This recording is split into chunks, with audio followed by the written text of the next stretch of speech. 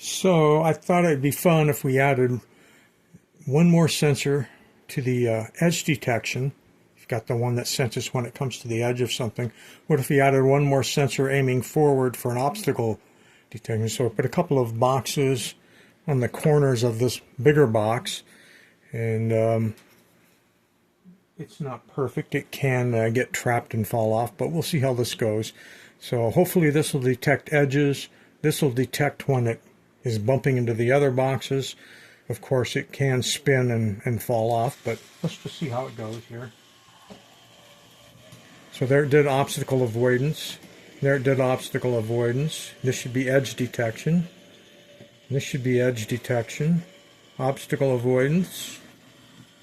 And this, I don't know. That was edge detection. Edge detection. See how it does up here. Edge detection.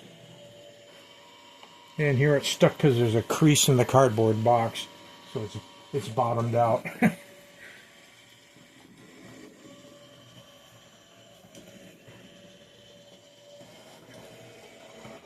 And so if you want to build this, you basically start by just building the edge detection one that I've done build videos for and have all the parts for. Just screw or glue the extra IR sensor to this side.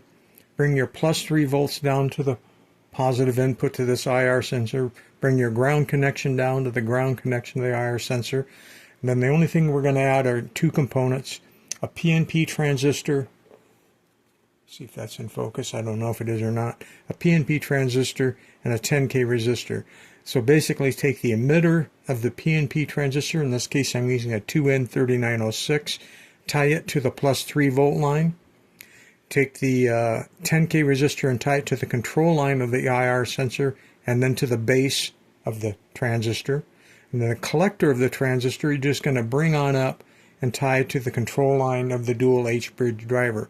Everything else stays the same as the edge detection circuit. And then you can have both edge detection and obstacle avoidance.